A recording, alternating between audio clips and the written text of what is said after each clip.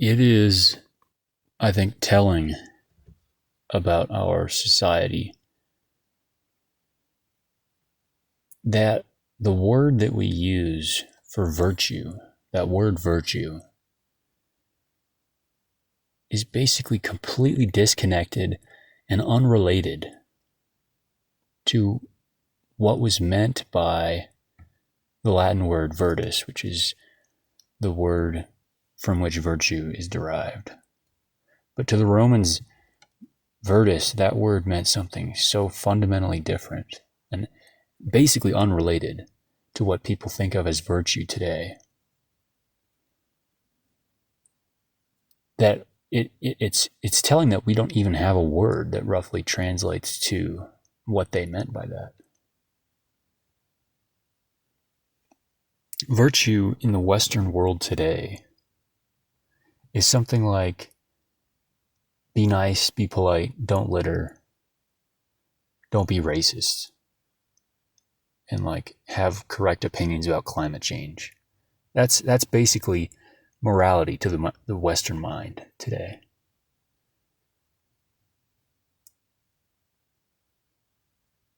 The poison that is ruining Western society is exactly the absence of what the Romans called virtus. That, and there were other virtues, of course, that the Romans had, but this one in particular was a masculine virtue that, again, we don't have a good word for it in English today, but it was some, and me describing it, this doesn't quite explain it, but I can point to it with words. It was somewhere in between bravery in the face of risk, but also the will to act. It was a heroic virtue. It was a masculine virtue, and to them, I believe it was one of the most important, if not the most important virtue. Which, by that standard is, in that one way, the Romans were a better society than what we have today. Being nice is not a virtue. Being harmless is not a virtue.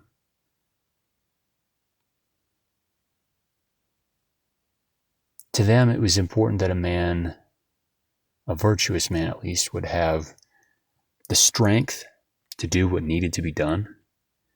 And specifically, it's sort of like strength and honor. There's a component of honor, but there's a component of bravery to it as well.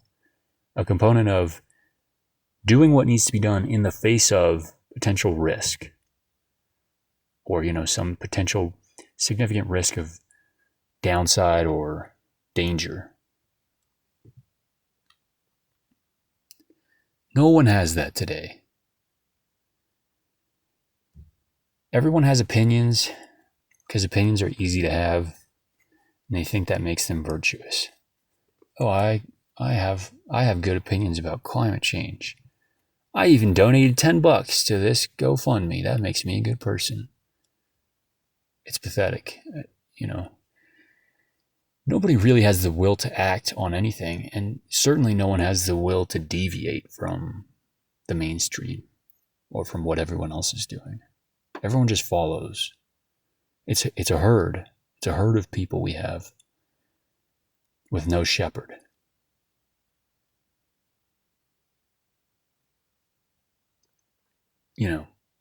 There's wolves on the outskirts that are kind of nipping at people's ankles and causing the sheep to go this way or that way.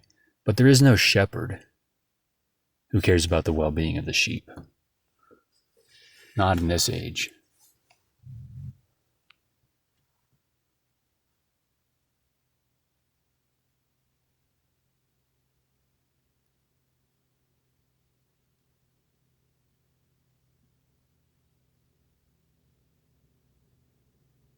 To the Romans understood that something stronger was needed.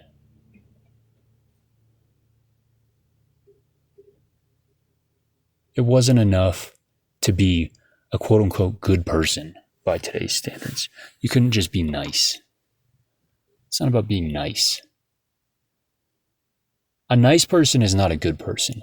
In fact, I've known some fundamentally pathetic people, degraded, lost people who drag others into the mud with them, who are very nice on the surface.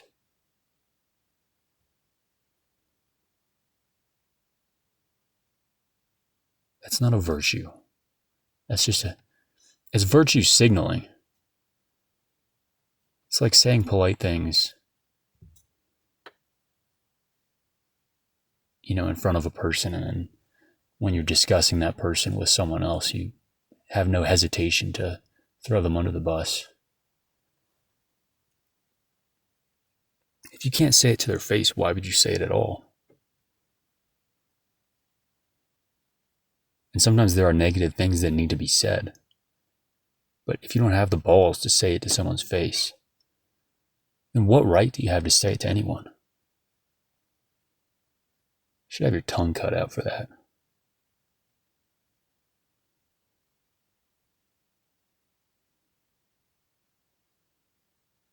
You should be publicly shamed if you say something behind somebody's back that you would not have the balls to say to their face.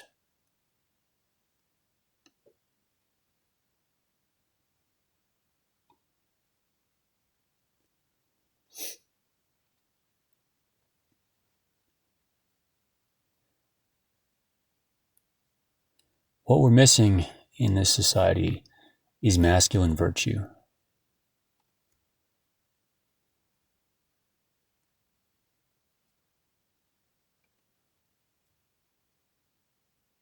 And we're so far, even if a few impressive men arise from the shadows, we're so far from being where we need to be, because society rewards and incentivizes weakness. There are people, although they wouldn't put it in these words, the majority of the population in the West today really does see weakness as a virtue. They certainly see humility as a virtue. It's a twisted version of "Blessed are the meek, for they shall inherit the earth," or whatever he said. People have taken that and run with it so much further than what was meant.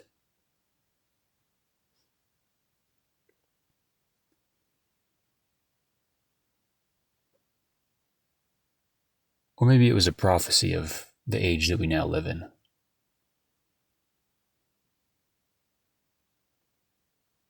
Maybe it was not a how-to. He wasn't saying that people should do that. Just an observation that was what was going to happen. That weak people would inherit the earth, because that's more or less what has happened. If you look at world leaders, there are no strong men. Very few, at least. And when one does make an attempt at strength and doing what's best for his people, they try to cut him down. Oligarchy thrives in this age for that reason. But this is not about politics. This is about everyone's day-to-day life.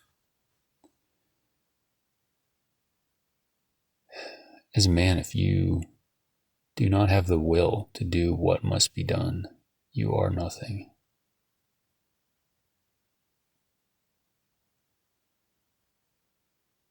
And it's a real tragedy that we don't have a test of bravery for young men in this society.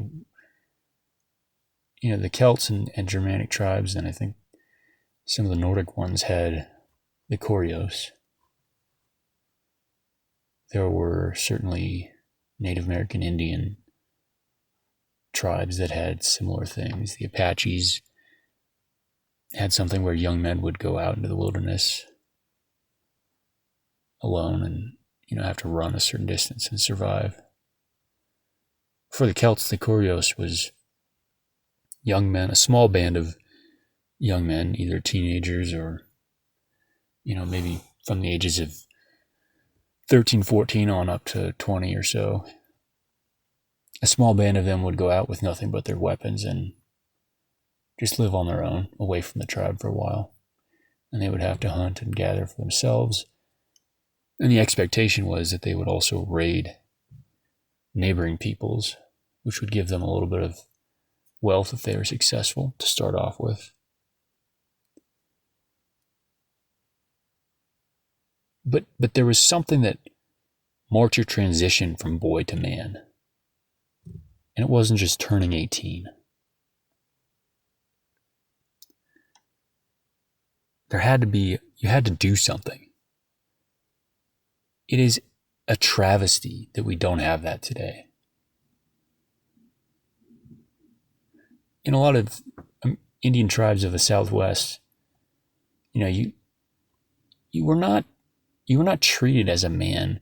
These were not hard and fast legal rules, but the culture was such that you were not treated as a man until you earned it. You didn't, there was no expectation that you could take a woman in marriage until you accomplished something, or no one would really listen to what you had to say about decision making for the tribe unless you had earned their respect. And the way that was done was you either got a scalp in battle in a raid, or you killed the biggest buffalo, or some other component that involved bravery that would naturally command respect from your peers.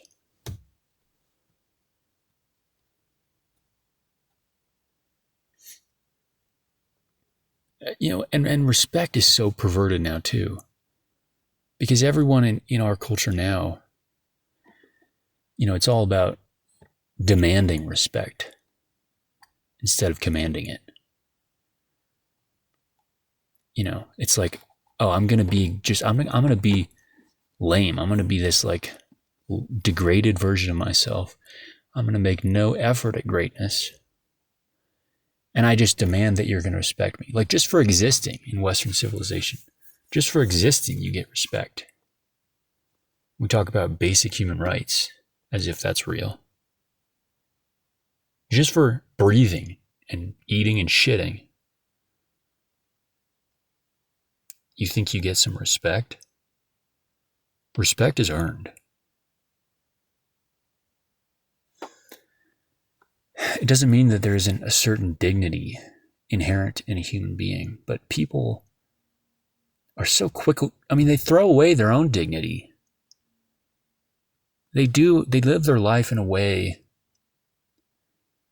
that demands disgust, and then they expect you to respect them as if they are owed that by you.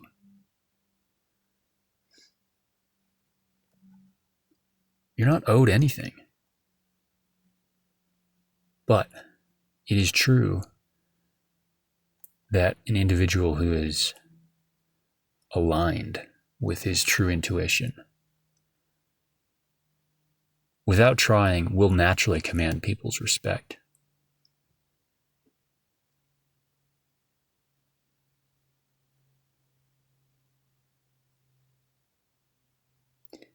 Practically speaking, it would be better for young men if there was some test, and preferably something that involved physicality and actual danger. Because, it's nice, it's comforting, that we have such a cushy civilization where there's not really danger. We don't really have to worry about lions and tigers and bears. Usually most of us don't have to worry about the neighboring tribe coming in, killing our families and stealing our shit.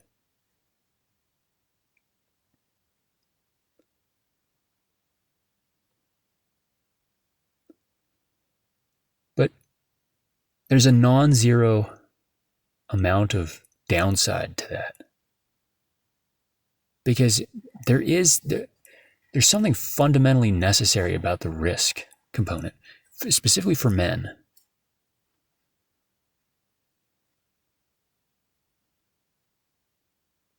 It's like things don't mean anything unless you put it all on the line, or you at least put something on the line. I mean, this is why people like gambling. It makes, the game of poker, nobody would play poker on its own for the most part. But when you have a bunch of money on it, it makes it interesting. Because you're putting your money where your mouth is, and you have skin in the game. That's what's missing. No one has skin in the game anymore. And anyone can, at any time, anyone can just weasel their way out of any situation. Even if you've just made an absolute fool of yourself, you've degraded yourself, you've made every wrong decision, you've become a pathetic shell of a human being, society will still allow you a way. You'll find a way to still be a pretty regular member of society. And most people do. You'll still have a job. You'll still be able to buy bread and have a roof over your head.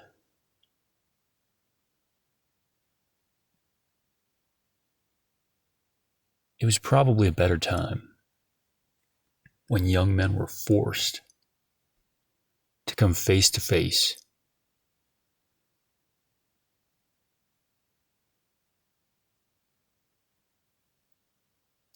with a real risk of their life or of something significant. Because with your life on the line, that puts your face right in the middle of it. That forces your attention. You cannot deny reality in that situation.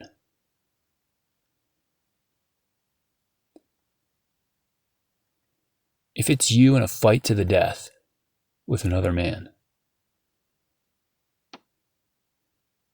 in that moment,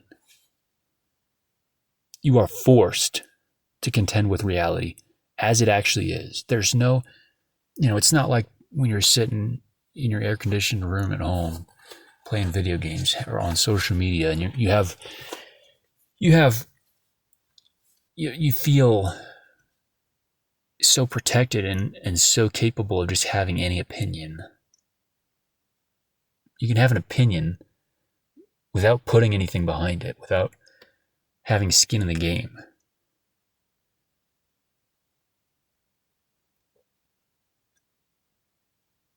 It's just so unfortunate that men don't have that anymore. Some customary way as a young man to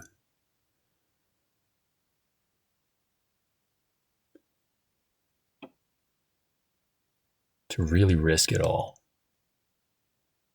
And in doing so, either die a noble death or become a man, as a man was meant to be.